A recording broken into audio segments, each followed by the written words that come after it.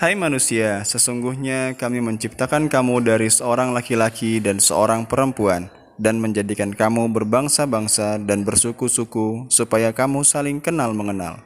Sesungguhnya, orang yang paling mulia di antara kamu di sisi Allah ialah orang yang paling takwa di antara kamu. Sesungguhnya, Allah Maha Mengetahui lagi Maha Mengenal. Bismillahirrahmanirrahim. Assalamualaikum warahmatullahi wabarakatuh. Good morning students. How are you today? Semoga semuanya dalam kondisi terbaiknya ya. Alhamdulillah hari ini kita bisa berjumpa kembali dalam pembelajaran bahasa Inggris ya. Senang sekali kita akan membahas tentang materi di chapter 1. Masih berkenaan dengan self identity. Namun pada kesempatan kali ini Ustaz tidak akan membahas tentang ungkapan atau pertanyaan untuk menanyakan identitas. Tapi kali ini Ustaz akan membahas beberapa kosakata yang kalian temukan pada chapter 1. Ya. Namun, sebelum kita memulai pertemuan kita hari ini, marilah kita tambah keberkahannya dengan bersama-sama membukanya menggunakan dengan melafazkan basmalah. Bismillahirrahmanirrahim. Raditu billahi rabbah wabil islami dina wabi muhammadin nabiyya wa rasulah rabbi zidni ilma warzuqni fahma birahmatika ya arhamar rahimin. Ya anak-anakku sekalian, langsung saja kita bahas pertemuan hari ini, materinya maksudnya ya, tentang apa? Mari kita lihat. Nah, di sini saya sudah menuliskan beberapa kosakata dan lihat judulnya, kita akan membahas tentang kinds of questions words. Kinds of question words. Macam-macam kata tanya. Dan yang kedua adalah and new vocabularies. Dan beberapa perbendaharaan kosakata yang baru. Nah, sebenarnya nggak baru juga. Kalian sudah pernah pakai. Namun kita akan menguatkan artinya dan cara menggunakannya. Oke, langsung saja kita mulai dengan kosakata pertama berkaitan dengan macam-macam kata tanya. Nah, kata tanya dalam bahasa Inggris itu sebenarnya ada banyak sekali ya, ada total 10 jumlah kosakata atau kata tanya. Namun yang saya bahas di sini adalah kosakata yang kalian temukan di chapter pertama. Yang pertama kita temukan adalah kata what. Ya, what artinya apa? Namun dalam beberapa kasus bisa bermakna siapa karena perubahan cara mengartikan. Misalnya dalam bahasa Inggris kita menggunakan istilah what is your name? What is your name? Tapi dalam bahasa Indonesia diartikan sebagai siapa namamu? Nah, dalam kondisi seperti ini kita mengartikan what menjadi siapa karena kesesuaian maksud, bukan karena arti sebenarnya. Ya, tetap saja what bermakna apa. What bermakna apa untuk menanyakan sesuatu yang bukan manusia. Ingat, what digunakan untuk menanyakan sesuatu yang bukan manusia. Lalu untuk menanyakan manusia kita pakai apa? Kita pakai kata who. Jadi kalau kalian ingin bertanya, siapa dia? Kita nggak pakai kata what is she, tapi kita menggunakan who is she. Dapat perbedaannya? Jadi perbedaan what dan who adalah what untuk selain manusia, sedangkan who digunakan untuk manusia. Lalu kembali lagi pada pertanyaan tadi, kenapa ada kata what is your name? Karena ketika kita menanyakan what is your name, yang kita tanyakan bukan orangnya, tapi nama. Di mana nama ini adalah bentuk objek atau kata benda.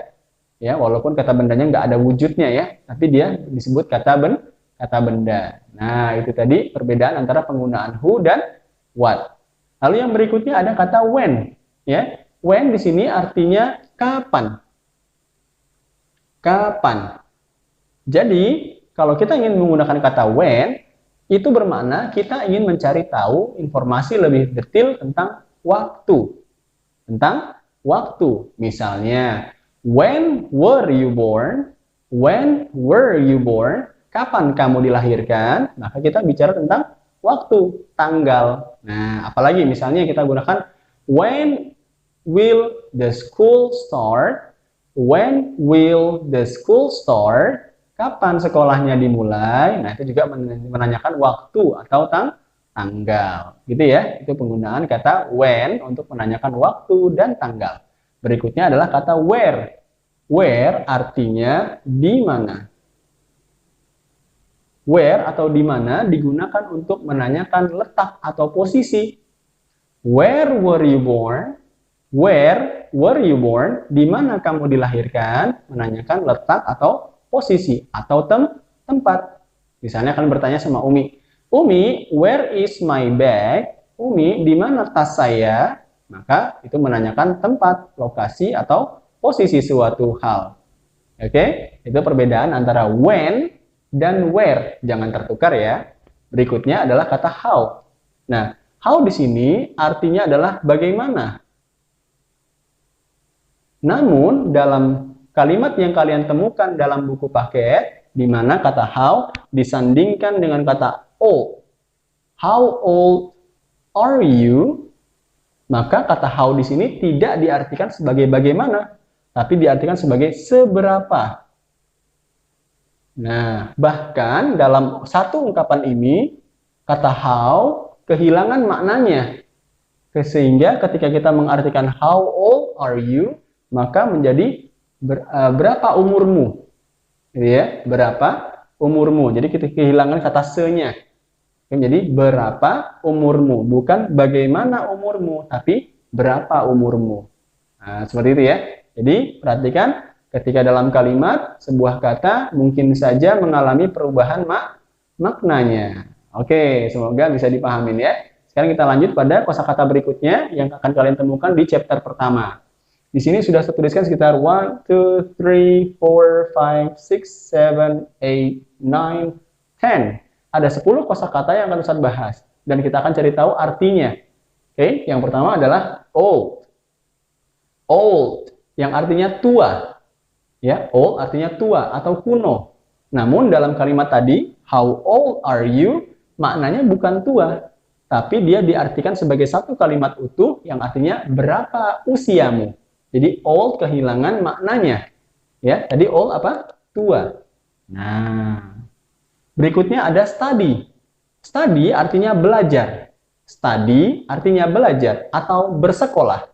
Jadi kalau ditanya, where do you study? Artinya, di mana kamu belajar atau di mana kamu bersekolah. Nah, jadi study bermakna belajar atau bersekolah. Oke, berikutnya ada hobi.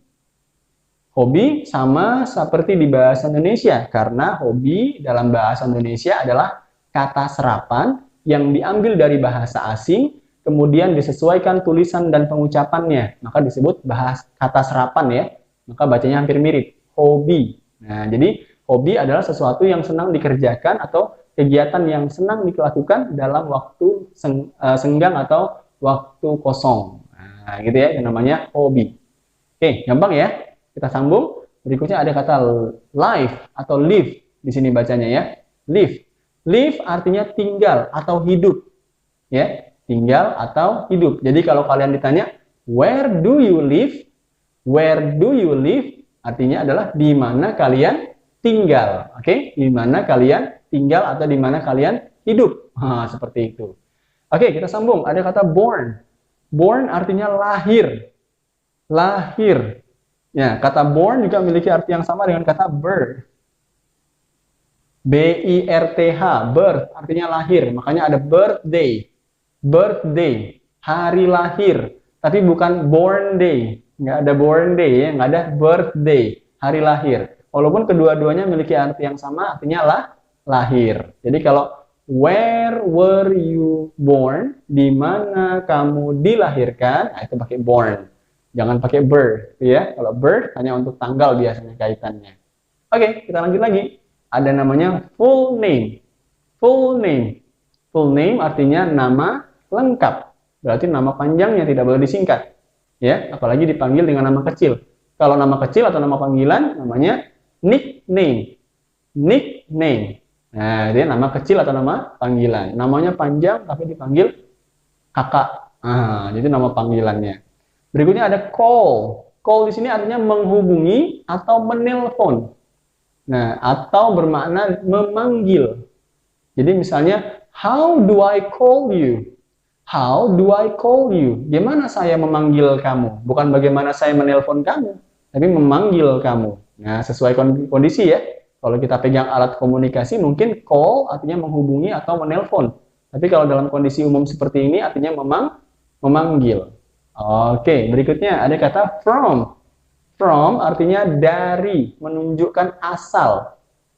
I'm from Pontianak. Saya berasal dari Pontianak. Itu menunjukkan asal tempat daerah. Oke, itu from, dari, bukan for ya. Kalau for untuk, kalau from dari. Oke. Yang terakhir adalah kata like.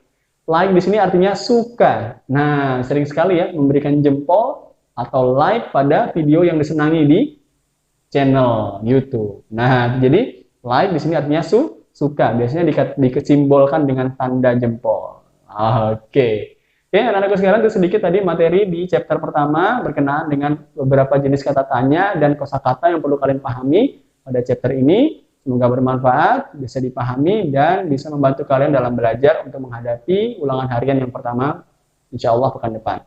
Oke, kita tutup pembelajaran hari ini dengan sama-sama melafazkan hamdalah, alhamdulillahi rabbil alamin, subhanakallahumma wa bihamdika, asyhadu an la ilaha illa anta, astaghfiruka wa atubu ilaih. Okay, see you again on our next meeting. Wassalamualaikum warahmatullahi wabarakatuh.